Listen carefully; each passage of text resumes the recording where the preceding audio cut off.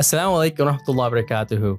Today, an exciting show, an amazing guest, a shiro, Sarah Ali, founder of Muslim Philanthropy Network, 12 years in the non-denominational space, coming today, sharing with us the opportunity that no one's got their eye on. 3 tips on what you can do for your organization to increase its capacity, to make it grant ready, to find the funding needed to accelerate it. Sarah Ali on the show right now. Assalamu alaikum, Sarah Ali. Thanks for being on the show today.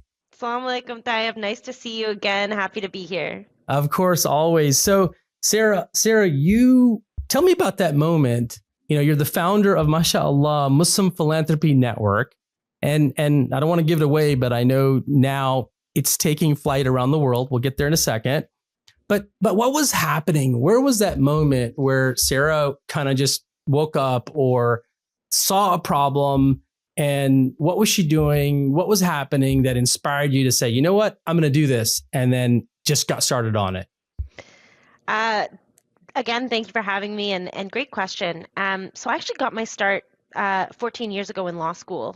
My parents are physicians. You know, there's only 3 options in that case: doctor, lawyer, or engineer, and I chose lawyer. I went to law school, and in law school, you read something like 200 pages of case law a day in order to keep up.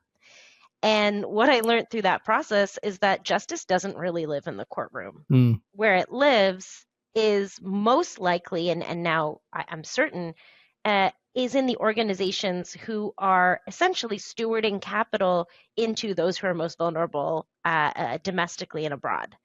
So I ended up becoming a fundraiser, a board member, a funder, and a community organizer.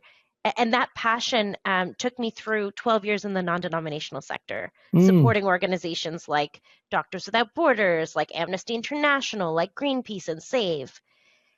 And through that experience, I came to realize that there's so much knowledge here, and there's so much here that needs to be brought into Muslim nonprofits and into the Muslim space. So I took a pivot into the Muslim space, and very quickly I started to realize that the Muslim space, from a nonprofit perspective, is a little behind the non-denominational space, and that there's a real need for best practices. There's a real need. We're going to be on here for a while, Tayyab. We gotta talk about this. So law school. Yes. You know, my daughter, alhamdulillah, she's in law school. So I'll have to connect you two. So maybe you can give her some tips. And then 12 years, mashallah, in the non-denominational space, working at, like you said, Doctors Without Borders. And now you're seeing something missing, you know, in the Muslim nonprofit space. What are you thinking are some of the top things that are missing that we need, that you're bringing, or that Muslim Philanthropy Network needs to bring, or needs to happen in the Muslim nonprofit space? I mean, I think the biggest issues from my perspective are the need and the ability to scale. And that the lever of that is actually culture, mindset, and talent. That's awesome. Most people will say, we just need money. And you're saying, well, no, it's not really just money, or not money, it's people and talent. Tell me more about that. Like, what's going on there? I mean, in order to not only acquire money, but also be ready to use that money, you need people who can do the work really well. You need a best practice, and we need to not be reinventing the wheel in silos. And in the onset of when I was founding, this beast, the Muslim Philanthropy Network, I interviewed 53 leaders in the North American space. So these were funders, these were C-suite, these were programmatic teams, and then these were business leaders or social impact leaders who are stewarding capital through their CSR or ESG priorities into the Muslim sector. And one of the biggest things that I heard across all of these interviews, and you can see the results of this on the Muslim Philanthropy Network website, was a culture of scarcity over abundance and a culture of competition over collaboration. Mm. And funders themselves were coming and saying, we want these organizations to work together to build something bigger. And turns out those organizations won't work together because some agency is bidding on someone else's keywords on Google Ads. Yeah. And it's these little kind of things that, you know, are holding us back as a sector and holding these organizations back. And they don't realize that Sakina Auntie is not their donor because she also donates to the hospital. Right. She also donates to the food bank. She also donates to the homeless shelter. She's not your donor and they're not your funder. You're one of their charities or nonprofits in this case. And so what I see a need for above all is the, you know, the structural, like the people, process, and tools needed to get us to a place of abundance as a community. And the reason this is so critical, Tayyab, is because, as you know, Islamic finance assets are set to triple in the next 3 years, while the rest of the global economy is in decline, and we're in the biggest wealth transfer in human history. So there's all of this capital ready to come in. And we, inshallah and mashallah, are on the path of getting ready to accept it, inshallah. I love how you took, mashallah, this sort of, I'm just going to use my nerdy word, scientific approach to deciding how to solve this problem. The 53 interviews that you did to sort of, you know, I'm imagining Sarah, working at these, non-Muslim nonprofits and seeing all this performance, and then probably going to a fundraiser in Tarawih on Ramadan and like, what's happening here? Do these guys not know how to do what these guys are doing? And you sort of, your brain seeing this mismatch. And then you're like, let me go talk to 53 people and ask them, are they seeing the same thing I'm seeing? And it's cool that you mentioned about wealth transfer, because alhamdulillah, like even like my dad, what I'm hearing you say is like, my dad, mashallah, may Allah give him a long life. He's a practicing successful cardiologist, and he is still seeing patients in his 70s. And, but he always drove a Toyota Camry, like no matter what we told him, and still would fly economy if we didn't force him to buy a first class ticket because he's traveling with mom and we don't want to see mom in economy, but he held on to that wealth. And now, mashallah, his kids, most of his kids, all of his kids are successful. They don't need that wealth. So that wealth transfer is happening, is about to happen. And, Dr. Shadiq Siddiqui, mentor, teacher, professor, has written and said that we're in the middle of the largest wealth transfer ever. And it's not even the Muslim community. No. It's the non-Muslim community. Yep. Spending habits have changed, between generations, and that wealth is now ready to transfer. So tell me more. So you're saying people, tools, and processes are what's needed to get us into a growth mindset and, to prepare for that money to be those amazing stewards of justice that you said. So what are things organizations can do now if you're out there right now? What advice does Sarah have for them?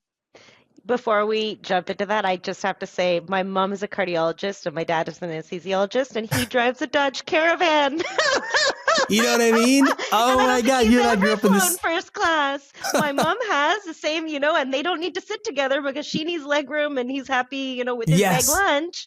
But it's very real. And growing up, my dad told me more than once, you're not getting a single dime from me. You have to be successful. All of my money's going to charity. And where our planned giving specialists, they're nowhere to be found. Dr. Siddiqui has written so much on the transfer of Muslim wealth. I came up in the non-denominational space, and planned giving expert Ken Mayhew taught me in fundraising school 10 years ago or 15 years ago now. Exactly that. Those are the exact words he opened his class with when I first came into that plan giving class, is we are in the largest wealth transfer in human history, do some cohort analysis and studying. And so we learned to become studiers of the market and the sector. And one last thing before I get into the action items, because I do want to get there, is that, being organizations who can get there and do that acceptance of that transfer, and in fundraising, that people don't give unless they're asked. Yeah. I ran a full list survey for the leading Shia Muslim charity in the world, and 19% indicated they would be interested in leaving a gift in their will. This is the first time they've ever even considered it. No, a 19% conversion rate on a planned giving survey is a really big deal. But I've not gotten that from the big greats. It's only these shops who are thinking about these pieces. So if we're looking at what we do next, organizationally from both a people, process, and tools perspective and a fund development and fund diversification, element, first thing is we need to take a hard look at culture. If we can't write down and define what is our organizational culture, we're in trouble. Yeah. And if we can, and it is not a best practice culture or a growth or performance culture, then that's a lever to shift. Second thing is investing in talent and talent acquisition. There are a lot of Muslims working in the non-Muslim space who have all of this knowledge, and if we want to use it and grow, we have to bring them in. And then the third is the actual systematization of the business processes of an organization. If you go and interview Muslim program teams, they know what they do, but they haven't written it down anywhere. Nobody has written down what their day-to-day is. I've not heard many of my Muslim clients ever bring up the word SOP, for example, and we know that this is how you build an engine. So that's the organizational change management piece of it all. How do we get ready to scale or become scalable organizations? From a fundraising perspective, as I'm sure you know, these orgs are stuck in annual giving. Yeah. They're campaign chasing, they're event chasing, they're donor chasing, and the Muslim sector talks so much about donor fatigue, and it's no shocker, because their whole culture is we need to ask every religious occasion, as opposed to we have funders and institutional grants and funding. Non-denominational space, small shops are 99% grant led. We don't get access to that incredible amount of philanthropy and capital that's in the billions. So number one is diversify that fund development portfolio. Bring in institutional funding, look at legacy giving, look at branded monthly programs, look at crypto, non-cash gifts of stocks and securities, QCDs, all of the ways that people who are planning their wealth are thinking about, come tax time or well before. And really the focus on professionalization of the organization. It can't just be an aunties group that now has 2 million. It can't just be a group of friends or masjid buddies who have come together and go for coffee or shisha or whatever, Yemeni coffee. It can't be that anymore. It has to live beyond you. Culture, talent, and systems. So there's so much to unpack there, Sarah. We're gonna have to get you back out for sure. I want to definitely dig into these a bit more deeper, because something that I struggle with, and you touched upon it here in the last piece, is how many in the US, there's about 8,000 Muslim nonprofits.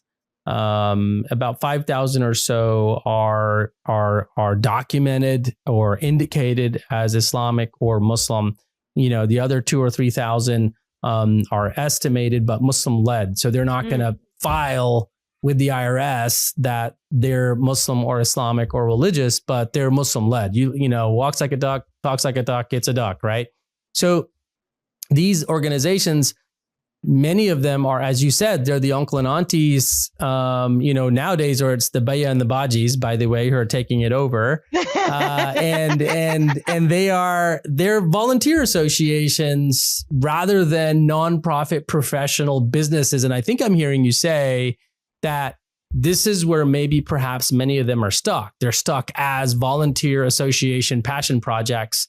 And that's cool. I mean, that's okay. That's a thing. And then they sort of have to, but they can't say they want to be this thing and not make the intentional, genuine effort and get the help and resources to make that move from passion project around founding funders versus scaling up for systems. And I feel like we need to have a whole show to talk about that. And grants, you talked about grants and institutional funding, something that even I'm finding at Intuitive Solutions, and I think we need a separate conversation about this. I don't know how it is in Canada, but in the US, we went to town on applying for grants. I'm talking hundreds and hundreds and hundreds of LOIs, meetings. I've personally gone to meetings, Sarah, with grant officers, board chairs, and they just won't fund Muslim nonprofits. It's not coming. It's not happening. So I don't know if it's Islamophobia. I don't know if it's scared to fund a Muslim nonprofit and have them in their portfolio online. You know, I'm seeing a handful, some are funding Muslim nonprofits, but a whole bunch are saying, sorry, no. And I'm not saying it's the foundation's fault. On the other hand, we still need to build the capacity and the institutional readiness and grant readiness of these organizations. But I do think Islamophobia has a play, and I feel like we need to have a whole nother show on that. Tell me more. I know we're wrapping up. I just Yeah. want to add one thing on that. And to me, that is a storytelling and a branding question. For example, TD Bank, one of the biggest Canadian banks, just gave $150,000 to a small social services agency called Islamic Family. MashaAllah. And the reason that happened for their mental health, their local ethnocultural mental health funding. But if you talk to Muslim nonprofits, they never use the word ethnocultural. They don't have professionalized branding, clearly, readable and legible websites. The people who are writing the grant applications, not yourself and myself, but the shops themselves, are not using the language of funder priorities, and not able to marry their vision and their heart work with the vision and the heart work of a funder. And at the end of the day, funders' whole job is to give you money. You know what I mean? They have KPIs on how much money they give away. Yeah. And we don't see ourselves in Muslim shops as worthy recipients. And therefore we don't tell the story that we are. MashaAllah. I know you have a question. My apologies. No, I wrote down language of funder priorities, and we got to have a whole nother show on that. But I want to touch upon one last piece before I let you go today.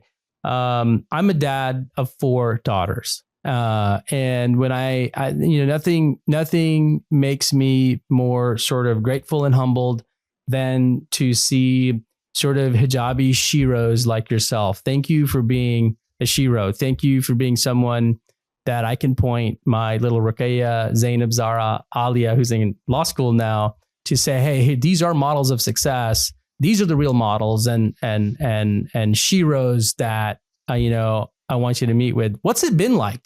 And what advice do you have for all the sheroes, potential rising sheroes out there?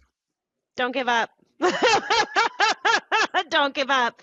Cry in your bed if you need to, talk to your mom. Don't give up. I love it. Don't let it get to you ever. MashaAllah. We got to get you back out. Thank you for all that you're doing. Thank you for founding Muslim Philanthropy Network and taking it global. Thank you for telling us that people culture and success planning is what we need in the Muslim space. Thank you for telling us that, there's a huge opportunity when it comes to diversifying revenue. Thank you for sharing with us this amazing tip. Like, you got to master the language of funder priorities in order to engage with them.